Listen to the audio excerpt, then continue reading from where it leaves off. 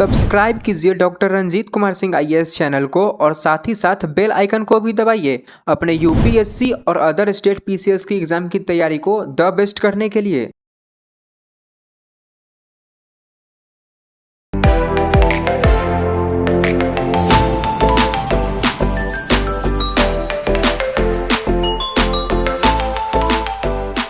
पढ़ने का तरीका क्या है ना, क्योंकि तरह तरह से लोग पढ़ते हैं, अपने अपने तरीके से पढ़ते हैं। तो पढ़ने का तरीका जो है वो बहुत ज़रूरी और इम्पोर्टेंट है। तो पढ़ने का तरीका क्या होना चाहिए, ये आपके मन में क्वेश्चन आता होगा। तो पढ़ने के तरीका को हम आपको बताएंगे कि किस तरह से हम देखेंगे कि पढ़ने का तरीका क्या होना चाहिए। इसको थोड़ा एलोबरेट करते हैं। पढ़ने का तरीका यह है कि सबसे पहले हमको बुक्स, नोट्स, मैगजीन जो भी है उसका अध्ययन करना है कि नहीं।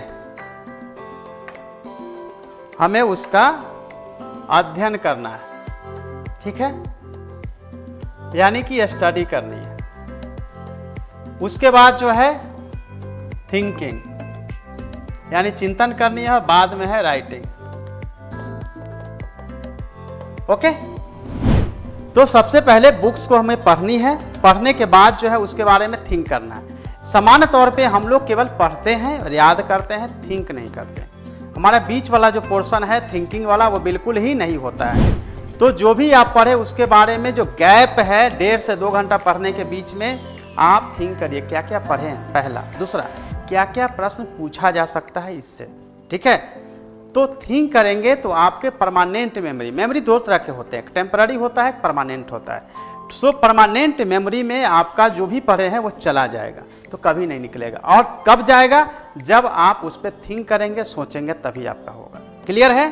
तो आपको सोचना जरूरी है, और सोचने के बाद लिखना जरूरी है। लिखना क्या जरूरी है, जो भी आपने पढ़ा है वो बुक से उतारना नहीं है, बल्कि आपको अपने मन से लिखना है कि क्या क्या आपने पढ़ा है, पहला। दूसरा, जो प्रीवियस ईयर्स के क्वेश्चंस है उसकी प्रैक्टिस भी साथ में कर लेनी चाहिए, या प्रीलिम्स का हो या मेंस का भी हो, जो भी हो उससे रिलेटेड है उसको करना चाहिए। तो ये अगर इस मेथड को अगर आप अपनाते हैं, ठीक है, तो आप अपने ज़िंदगी के कोई भी एग्जाम को पास कर सकते हैं। मैं कहता हूँ वर्ल्ड की सबसे टफेस्ट एग्जाम यूपीएससी है, सिविल सर्विसेज।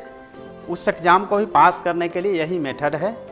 चाहे आप कोई भी एग्ज़ाम हो, बैंकिंग हो, एसएससी हो, या फिर रेलवेज हो, या कोई भी एग्ज़ाम्स हो, कैट हो, मैट हो, कुछ कोई भी एग्ज़ाम, आपको इसी मेथड से बढ़ना पड़ेगा, तभी आप जीवन में पास कर सकते हैं। यानी कि अध्ययन, चिंतन और लेखन, यह पढ़ने का तरीका है।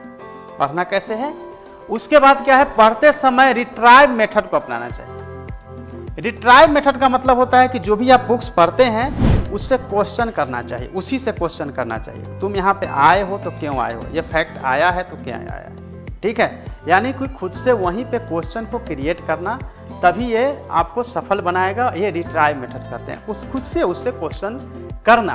पढ़ते समय जो है डायग्राम, मैप का यूज कर सकते हैं। जैसे आपने मॉनसून पढ़ा तो आपको डायग्राम, मैप उसी समय बनाना है। अगर आपने बायोलॉजी पढ़ा, साइंस पढ़ा, तो साइंस में भी अगर ह्यूमन बॉडीज के बारे में पढ़ रहे हैं तो उसका डायग्राम, मैप बना के, उसमें आपको मैप नहीं आएगा, डायग्राम बना के उसको उसी समय समझना है। या जो इन्फॉर्मेशन आपने एक स्टेंजा में पढ़ा है उसको एक डायग्राम बना के वहाँ पे फ्लो चार्ट बना सकते हैं, पाई चार्ट बना सकते हैं, बार डायग्राम बना सकते हैं।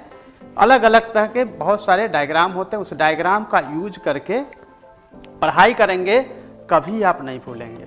यानी कि पढ़ते समय इसका उपयोग हमेशा करना चाहिए। आगे एक स्लाइड में आपको बताएंगे कि किस तरह से आप उसको करेंगे, बनाएंगे, ठीक है।